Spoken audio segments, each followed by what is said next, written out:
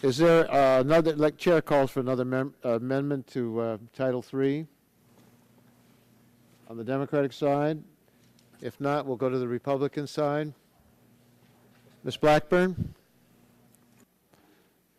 Thank you, Mr. Chairman. Gentlelady has an amendment at the desk. And without objection, the amendment will be considered as read and distributed. If you'll wait a minute before I call on you, Ms. Blackburn. Thank you, Mr. Chairman. So that members can have a chance to see the amendment.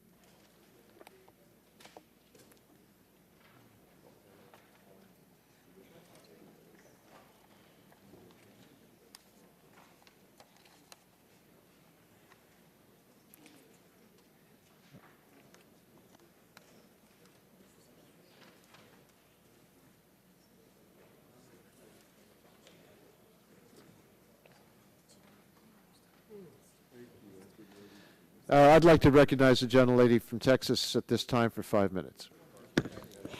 Thank you, Mr. Gentlelady from Tennessee, what did I say? That is perfectly fine. You said Texas, and my husband is a Texan, so I must have known that, and I got confused exactly because right. of that. and that's fine. I appreciate Not because it. of the lateness of the hours. We're going to be here much later. But you'll get the full 5 minutes. Thank you, Mr. Chairman. You know, I know that we all are going to disagree on parts of this bill, and we're going to have a wonderful debate as we go through the next day, but I believe we can all agree that the EPA should not be allowed to move forward in regulating greenhouse gases under the Clean Air Act. It was never designed to address greenhouse gases, contrary to what the Supreme Court has said in the past. Now, your bill partially addresses this issue beginning on page 609 there at section 331. And while this is a good first step towards preempting the EPA, and then it continues over on page 616 again in Part C with more preemption, this bill needs a provision that provides a very clear guidance to the EPA on this issue. My amendment does this by adding the language of what was H.R. 391 to Section 331. The amendment clearly states that greenhouse gases such as carbon dioxide, water vapor, and methane are not air pollutants. It also clarifies that the Clean Air Act does not authorize the EPA to regulate climate change or global warming. And there are some reasons that I think we should bring this back and make certain that it comes through Congress. Whatever happens, that Congress has the authority over this. We have heard from the EPA administrator in hearings here in this room. We know that they are laying forth guidance to move forward on regulating CO2 if Congress does not pass a bill. We also know that this is a major policy shift. It is monumental for our country, and it should come to Congress for the stamp of the people's representatives. Now, the reason this is important to me is in Tennessee, we have a great example of what happens when you have a program that is done by executive order and done without the supervision of your state legislative bodies. And we find that example in the program called TennCare, which is our Medicaid delivery system, which was put in place the beginning of 1995 by executive order under an 1115 waiver from CMS. The program has grown, it has expanded, it now gobbles over 33% of the state budget, and the legislature cannot affect the program. It has to pay the bill. We do not want that to happen with cap and trade regulation. We know we're dealing with technologies that are unproven. They haven't been used. We are dealing with methodologies, as has been laid forth in the bill, that have never been used before because it's a premise that we have not approached.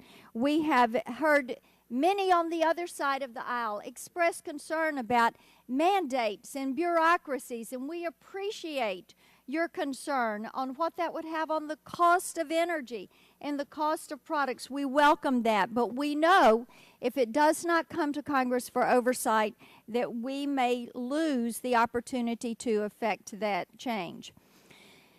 The legislation has been supported, my legislation, H.R. 391 has been supported by the American Farm Bureau, the American Forest and Paper Association, the American Gas Association, the American Petroleum Institute, the Agricultural Retailers Association, Corn Refiners Association, the Florida Chamber, National Automobile Dealers Association, National Association of Manufacturers, National Oilseed Processors Association, National Cattlemen's Beef Association, Small Business and Entrepreneurship Council, Tennessee Chamber, and the U.S. Chamber of Commerce.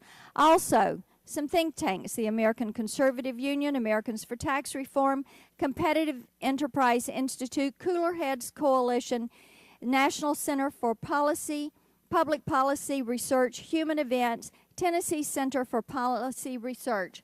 Mr. Chairman, this is a provision that needs to come before us in Congress. It does not need to go to the EPA, and I would encourage my colleagues to support this amendment, and I yield back the balance of my time. Gentlelady yields back the balance of her time. Chair recognizes Mr. Markup. I thank the gentleman very much. I rise in opposition to this amendment.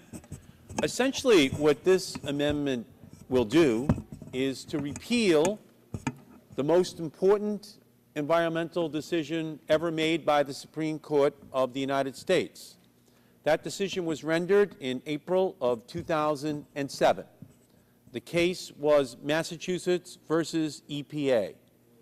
In that decision, the Supreme Court ruled that carbon dioxide is a pollutant under the Clean Air Act, the Supreme Court of the United States. This amendment would essentially repeal that Supreme Court decision. This amendment proposes that we would repeal that, even though the United Nations Intergovernmental Panel on Climate Change, every National Academy of Science of every nation in the world has determined that carbon and the other listed pollutants in this amendment are, in fact, a danger to the planet. There is no credible debate which now exists in terms of that relationship of those dangerous greenhouse gases and the warming of the planet. So as we sit and deliberate on this amendment, that is essentially saying that carbon is not a pollutant, we could consider other laws of nature that we could repeal as well. But that would not be a useful exercise. Our committee should be guided by the science. We should be guided by what the experts tell us is a pathology which has beset our planet. And for this amendment to be considered successfully in this committee, we would have to disregard all scientific evidence.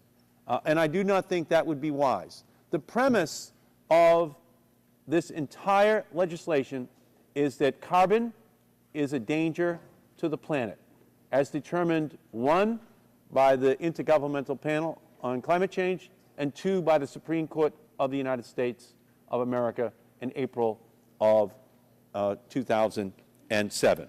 We might as well as say that the sun revolves around the earth, or that dinosaurs never existed, as to say that carbon is not a pollutant. I do not believe this is the correct course to take, and I will yield to the gentleman from California. Thank you very much for yielding to me. The amendment would declare that carbon dioxide is not an air pollutant. Well, that's a scientific and a finding, and it would eliminate any EPA authority to address the problem of global warming. The Clean Air Act protects all Americans against harm from air pollution. The law gives EPA tools to reduce pollution that threatens public health and the environment. Now, I agree with the idea that the Clean Air Act tools for reducing carbon dioxide from power plants and industrial sources, while often are good tools, they're somewhat cumbersome. And that's why I believe that we ought to pass this legislation. The solution is not to pretend that carbon dioxide isn't an air pollutant, It's to do something about it. And this bill gives EPA the authority to set a pollution limit or cap that applies to all covered sources and allows the sources the flexibility to achieve that limit at the lowest possible cost. That's not what the Clean Air Act says, but that's what this bill would say. The bill will also amend the Clean Air Act surgically, removing authority to regulate greenhouse gases in the areas where it wouldn't make sense. But this amendment would eliminate any authority to address the problem of global warming, and that's no response to the gravest environmental threat we've seen. So I join my colleague, chairman of the subcommittee, in urging defeat of the Blackburn amendment. Yield my time back to him. And I thank the gentleman, and I yield back the balance of my time. Mr. Barton. Mr. Chairman, I rise in support of the Blackburn Amendment, and I want all the members, especially on the majority side, who've worked so hard to try to create allowances and specific offsets and credits for specific industries to listen very carefully. This amendment doesn't change anything in the pending bill except it clarifies that under the Clean Air Act, CO2 and these other hydrofluorocarbons are not pollutants under the definition of that act. Massachusetts versus EPA was a decision 5-4 in which the Supreme Court looked at the Clean Air Act and its amendments and said the following: since the Clean Air Act and its amendments does not specifically state that CO2 is not a pollutant, a criteria pollutant under the terms of that act, it might be. And it directed the EPA to make a finding, to make a decision on whether, in fact, CO2 was an air pollutant under the terms of the Clean Air Act, and if so, should it be regulated? The Blackburn Amendment clarifies that under the regulatory authority granted to EPA under the Clean Air Act, it's not a criteria pollutant. If you don't accept this, since the pending bill, as far as we can tell, is silent, this entire apparatus that's been created, Mr. Doyle's allowances for the steel industry and Mr. Green's allowances for the refinery industry and these various other free allowances for the utility sector and the phase-in periods and all of that could be rendered absolutely moot because the EPA under Massachusetts versus EPA could move ahead with its regulatory regime and overrule this act of Congress. Gentlemen, yield to me. In a second, I will yield. Yeah. So, if all of the proponents of this legislation that have worked so hard to perfect it, as they put it, if they really, really think that's the way to go, they should be advocates of this, because all the Blackburn Amendment does is specifically say that because of Massachusetts versus EPA, since they said the Clean Air Act is silent on CO2, it might be a criteria pollutant, and the EPA had to decide. This says, this does exactly what Massachusetts versus EPA was trying to clarify by saying it is not. If we had put this language in the Clean Air Act amendment back in 1990 or 1991 when it was before this very committee, we might not be having this legislation today. So I tell my friends on the Democratic side, do you want a dual track? Do you want to do all that you're doing legislatively and then have the EPA second-guessing you if they don't think what you did makes sense? Do you want them to come in and overrule it by regulation? If that's what you want, vote against Blackburn. If, on the other hand, you want the Congress to make the decision, then you should vote for it, because all that does is say whatever the Congress decides in this bill, if anything, is going to be dominant. Gentleman yield. I will now yield. This bill is an amendment to the Clean Air Act. The bill before us amends the Clean Air Act. And what the Blackburn Amendment would do is to say that a carbon emission is not a pollutant. Well, EPA has a proposed rule out saying it is a criteria pollutant. That's the status of things now. If our bill passes without this amendment, we reshape how carbon emissions will be dealt with under the Clean Air Act. And I don't think we ought to pass this amendment, because I believe this amendment would negate the entire bill. It would say that carbon is not a pollutant and therefore need not be regulated. Reclaiming my last 9 seconds, with all due respect, Mr. Chairman, I strongly disagree with your interpretation of this amendment. This amendment would give precedent, it would give authority to the legislation.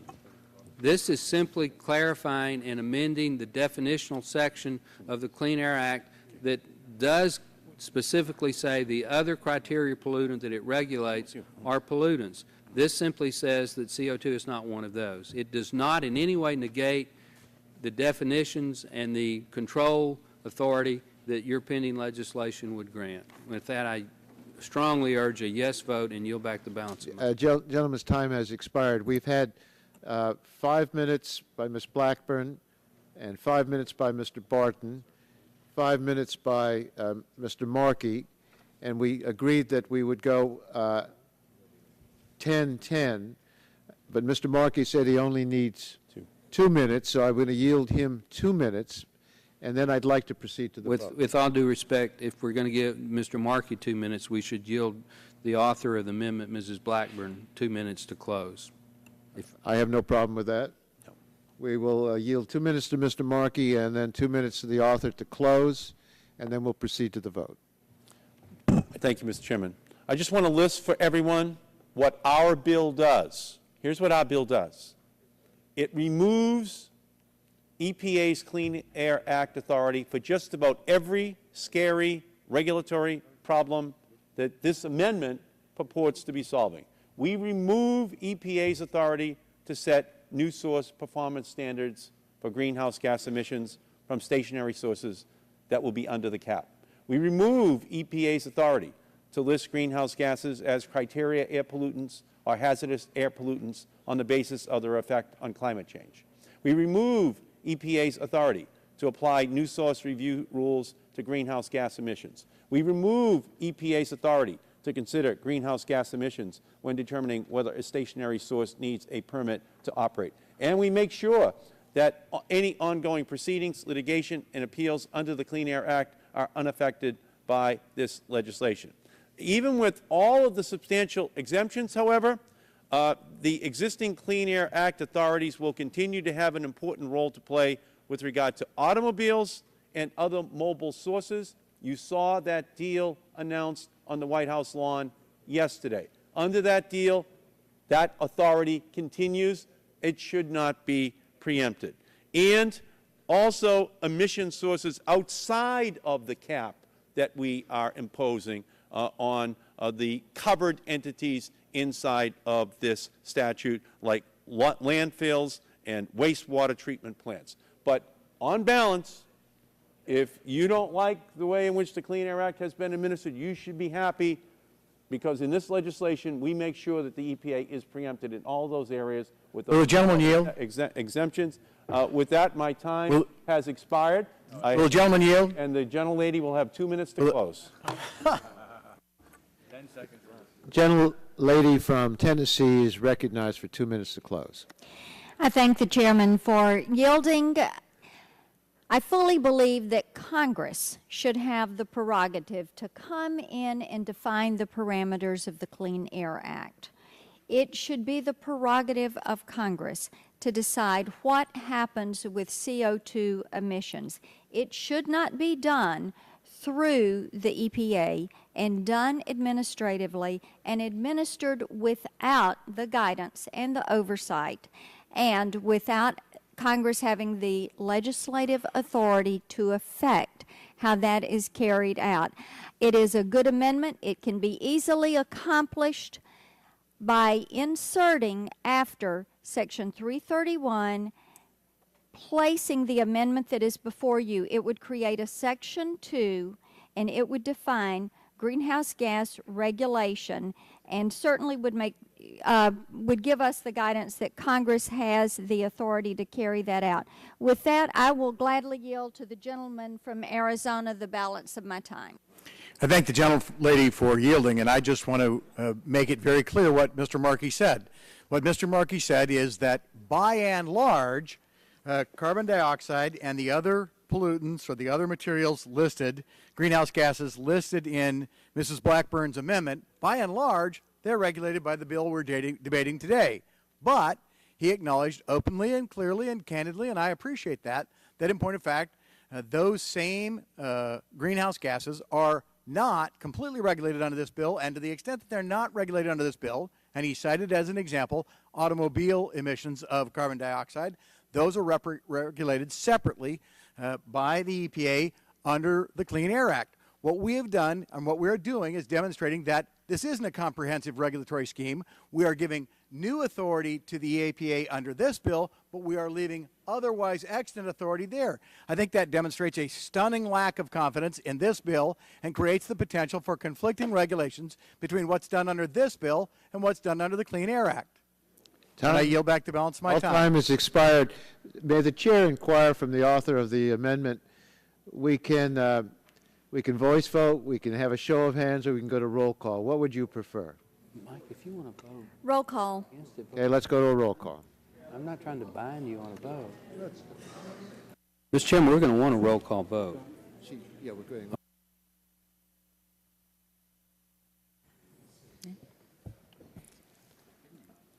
Mr. Waxman? No. Mr. Waxman, no. Mr. Dingle? Mr. Dingle, no. Mr. Markey? Mr. Markey, no. Mr. Boucher? Mr. Pallone? Mr. Gordon? Mr. Rush? Ms. Eshoo? Ms. Eshoo, no. Mr. Stupak? Mr. Stupak, no. Mr. Engel? Mr. Engel, no. Mr. Green? Mr. Green, no. Ms. DeGette? Ms. DeGette votes no. Mrs. Capps? Mrs. Capps, no. Mr. Doyle? Mr. Doyle, no. Ms. Harmon? Ms. Harmon votes no. Ms. Schakowsky? Ms. Schakowsky votes no. Mr. Gonzalez? Mr. Gonzalez, no. Mr. Inslee? Mr. Inslee, no. Ms. Baldwin? Ms. Baldwin, no. Mr. Ross? Mr. Weiner? Mr. Weiner, no. Mr. Matheson? Mr. Matheson, no. Mr. Butterfield? Mr. Butterfield, no. Mr. Melanson? Mr. Melanson, no. Mr. Barrow? Mr. Barrow, aye. Mr. Hill? Mr. Hill, no. Ms. Matsui? Ms. Matsui, no. Mrs. Christensen? Mrs. Christensen, no. Ms. Castor? Ms. Castor, no. Mr. Sarbanes? Mr. Sarbanes, no. Mr. Murphy of Connecticut? Mr. Murphy, no. Mr. Space? Mr. McNerney? Mr. McNerney, no. Mr. I'm sorry, Miss Sutton? Miss Sutton, no. Mr. Braley? Mr. Welch? Mr. Welch, no. Mr. Barton. Mr. Barton votes aye. Mr. Hall. Mr. Hall, aye. Mr. Upton. Mr. Upton, aye. Mr. Stearns. Mr. Stearns votes aye. Mr. Deal. Mr. Deal, aye. Mr. Whitfield. Mr. Whitfield, aye. Mr. Shimkus. Mr. Shimkus, aye. Mr. Shattuck. Mr. Shattuck votes aye. Mr. Blunt. Mr. Blunt, aye. Mr. Boyer. Mr. Boyer, aye. Mr. Radonovich. Mr. Radonovich, aye. Mr. Pitts. Mr. Pitts, aye. Ms. Bono Mack. Ms. Bono Mack, aye. Mr. Walden. Mr. Walden, aye. Mr. Terry. Mr. Terry, aye. Mr. Rogers. Mr. Rogers, aye. Mrs. Myrick. Mr. Sullivan. Mr. Sullivan, aye. Mr. Murphy of Pennsylvania. Mr. Murphy, aye. Mr. Burgess. Mr. Burgess, aye. Ms. Blackburn. Ms. Blackburn, aye. Mr. Gingrey. Mr. Gingrey, aye. Mr. Scalise. Mr. Scalise, aye.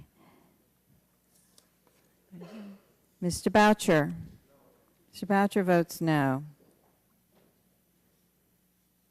Mr. Rush? Mr. Rush votes no. Mr. Pallone? Mr. Pallone votes no.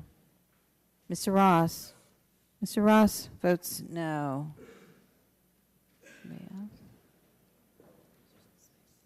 Mr. Space? Mr. Space votes no. Have all members responded to the call of the roll? Clerk will tally the vote.